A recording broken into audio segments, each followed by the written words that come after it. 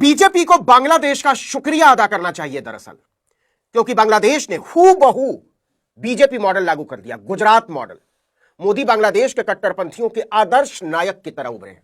यहां जो काम नरेंद्र मोदी के चेले चाटुकार करते हैं, वहां वही काम मोहम्मद यूनुस और खालिदा जिया के चेले कर रहे हैं।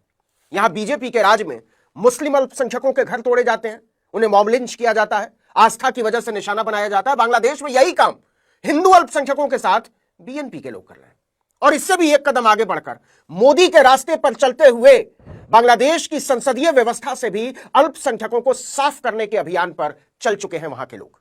जैसे बीजेपी वाले न मुसलमानों को टिकट देते हैं और न वोट की उम्मीद रखते हैं, उसी तरह बीएनपी वाले भी न हिंदुओं को टिकट देंगे और न ही उनके वोट की उम्मीद रखेंगे। और अब तो बांग्लादेश का पूरा चुनावी ढांचा ही अल्पसंख्यकों के सफाई में लग गया है। आपको पता ही है कि शेख हसीना के तख्ता पलट के बाद बांग्लादेश में चुनाव होने जा रहे हैं। बेगम खालिदा जिया भी लड़ाई में उतर चुकी थी, लेकिन उनका निधन हो चुका है। उनके बेटे तारिक रहमान अब प्रधानमंत्री बनने की रेस में है। शेख हसीना देश छोड़कर भागने के बाद से ही भारत में है। तो जहां से शेख हसीना चुनाव लड़ा करती थी, वहां से एक हिंदूवादी नेता चुनाव लड़ना चाहते थे। उनका नाम है गोविंद चंद्र प्रामाणिक, बहुत बड़े वकील हैं, ढाका के, राजधानी है ढाका। गोविंद बांग्लादेश जातीय हिंदू महाजोत के महासचिव भी हैं। जैसे भारत में विश्व हिंदू परिषद है या बजरंग दल है या हिंदू महासभा है, वैसे ही बांग्लादेश में हिंदू महाजोत है। लेकिन गोविंद प्रामाणिक चुनाव नहीं लड़ सकते, क्योंकि अपने उम्मीदवारी के पक्ष में प्रामाणिक ने जो प्रमाण पेश किए थे, उसे चुनाव आयोग ने प्रामाणिक मानने से इनकार कर दिया। देखिए, जिस सीट से उन्होंने नामांकन दाखिल किया है, वो सीट है बांग्लादेश की राजधानी ढाका की गोपालगंज सीट। हिंदूवादी गोविंद चंद्र प्रामाणिक ने निर्दलीय उम्मीदवार के तौर पर पर्चा दाखिल किया था। अब बांग्लादेश में कानून है कि अगर आप निर्दलीय उम्मीदवार के तौर पर चुनाव लड़ना चाहते हैं, तो कुल वोट के 1% लोगों की मंजूरी नॉमिनेशन पेपर के साथ जमा करना होगा। मतलब अगर आपके इलाके में मान लीजिए कुल 5 लाख वोट है, तो 5000 लोगों के नाम और उनके हस्ताक्षर की कॉपी जमा करवानी होगी। गोविंद चंद्र प्रामाणिक ने भी करवाया, लेकिन उनका नामांकन चुनाव आयोग ने रद्द कर दिया। क्यों? उनका आरोप है कि उनका नामांकन हिंदू होने की वजह से रद्द किया गया। अब गोविंद प्रामाणिक का कहना है कि चुनाव आयोग के लोग जब लिस्ट को वेरीफाई करने पहुंचे, तो जिन लोगों ने साइन किया था वो डर के मारे मुकर गए। गोविंद बाबू का कहना है कि एक रात पहले खालिदा जिया की बांग्लादेश नेशनलिस्ट पार्टी के नेताओं ने प्रस्तावकों के घर जाकर धमकाया कि तुमको गिरफ्तार करवा लेंगे। एक हिंदू नेता तापोश हल्दर के साथ ये हो चुका था, उन्होंने भी इसी तरीके से नामांकन दाखिल किया था, उनको गिरफ्तार कर लिया गया। 2 और हिंदुओं ने चुनाव लड़ने का ऐलान किया, उन्हें भी धमकी दी गई और उन्होंने डर के मारे नॉमिनेशन वापस ले लिया। बांग्लादेश ने मोदी जी को एकदम नक्शे में उतार लिया है, उनकी सोच और नीतियों का परचम लहरा दिया है चुनाव में, क्योंकि यह बिल्कुल गुजरात मॉडल की फोटोकॉपी है। जरा याद कीजिए, सूरत सीट से कांग्रेस ने नीलेश कुंभानी को उतारा था। उनके 3 प्रस्तावकों जगदीश सावलिया, ध्रुविंद धामेलिया और रमेश पोलरा ने हलफनामा देकर कह दिया कि साहब, फॉर्म पर जो हस्ताक्षर हैं वो तो हमारे हैं ही नहीं, नॉमिनेशन पेपर ही रिजेक्ट हो गया। कांग्रेस के वैकल्पिक उम्मीदवार सुरेश पदसाला का फॉर्म भी रिजेक्ट हो गया, उनके भी प्रस्तावक साइन करने से मुकर गए। सारे निर्दलीय उम्मीदवारों ने भाजपा के सम्मान में खुद ही अपना नाम वापस ले लिया। मैदान में बहुजन समाज पार्टी के प्यारेलाल भारती आखिरी उम्मीदवार थे। ऐसा लग रहा था कि वो तो डटे रहेंगे, भागेंगे नहीं। लेकिन संदिग्ध परिस्थितियों में लंबे समय तक गायब रहने के बाद वो भी भाजपा के सम्मान में शहीद हो गए, वापस नॉमिनेशन। और इस प्रकार भारतीय जनता पार्टी के मुकेश दलाल को निर्विरोध विजेता घोषित कर दिया गया। इंदौर सीट पर भी लगभग ऐसा ही हुआ। कांग्रेस उम्मीदवार अक्षय कांति बम ने नामांकन वापसी की आखिरी तारीख यानी 29 अप्रैल 2024 को अपना नामांकन ही वापस ले लिया और इसके तुरंत बाद वो बीजेपी में शामिल हो गए। क्या सम्मान है मोदी जी का।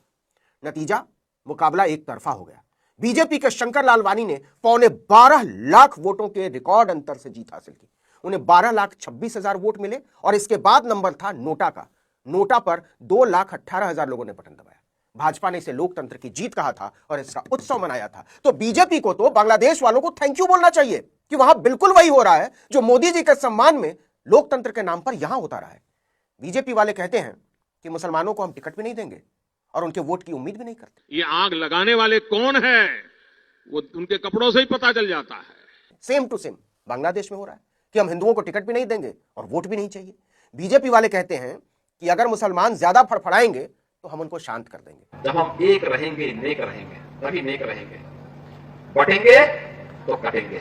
बांग्लादेश वाले कह रहे हैं कि हिंदू ज्यादा फड़फड़ाएंगे तो हम उनको शांत कर देंगे।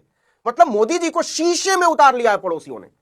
तो रामभद्राचार्य को, धीरेन्द्र शास्त्री को, अनिरुद्धाचार्य को और ऐसे तमाम लोगों को बांग्लादेश के सम्मान में आरती उतारनी चाहिए जो हमारे मोदी जी को इतना मान दे रहे हैं, खासकर ऐसे मुश्किल वक्त में जब डोनाल्ड ट्रंपवा खुले में कह रहा है कि मोदी हमको मक्खन लगाते हैं। Modi's a very good man. Yes. He's a good guy. He knew I was happy, and it was important to make me happy. They do trade. Bangladesh इकलौता है जो मोदी को विश्व गुरु मान रहा है, कम से कम अल्पसंख्यकों के उत्पीड़न के मामले में तो मान ही रहा है। तो मेरे मुसलमान नौजवानों को साइकिल के पंक्चर बना करके जिंदगी नहीं गुजारनी पड़ती। जैसे भारत के मुसलमान परेशान है ना कि इलेक्शन कमीशन एसआईआर के नाम पर उन्हें नागरिकता के अधिकार से ही वंचित कर देगा, वैसे ही बांग्लादेश के हिंदू बोल रहे हैं कि इलेक्शन कमीशन हमेशा बीएनपी और अवामी लीग के इशारे पर काम करता रहा है। अवामी लीग सत्ता में रहती है तो उसकी चलती है, अभी बीएनपी के लोग हैं तो उसकी चल रही है। बांग्लादेश के हिंदू कह रहे हैं कि ना तो चुनाव आयोग निष्पक्ष होकर बिना दबाव के काम कर रहा है और ना ही अदालतें। भारत की संस्थाओं के बारे में तो यही बात हजारों बार हो चुकी है, राहुल गांधी बोल चुके हैं। जैसे बीजेपी वाले कश्मीर और केरल में एकाध मुसलमानों को दिखाने के लिए चुनाव लड़ा लेते हैं, वैसे ही बांग्लादेश में बीएनपी और अवामी लीग वाले सजाने के लिए लड़ा लेते हैं। दोनों देशों में ये सिर्फ ढोंग है। देखिए हम क्यों बोल रहे हैं कि बांग्लादेश ने एकदम मोदी मॉडल को शीशे में उतार लिया और खासकर गुजरात मॉडल को। इसको समझिए, गुजरात में लोकसभा की कुल 26 सीटें हैं। 2014 से 2024 तक 3 चुनाव में उसने कुल 78 उम्मीदवार उतारे और 77 ने जीत दर्ज की, केवल एक नहीं जीता 2024 में। लेकिन मुसलमान एक भी नहीं उतारा बीजेपी ने किसी भी चुनाव में। इसी तरह गुजरात विधानसभा में कुल 182 सीटें हैं। मोदी के मुख्यमंत्री बनने के बाद वहां अभी तक 5 बार विधानसभा के चुनाव हुए हैं। इनमें से किसी भी चुनाव में बीजेपी ने किसी भी मुस्लिम उम्मीदवार को टिकट ही नहीं दिया। बिल्कुल यही हाल उत्तर प्रदेश का, यही हाल मध्य प्रदेश का, यही हाल छत्तीसगढ़ का, यही हाल राजस्थान का, यही हाल बिहार का।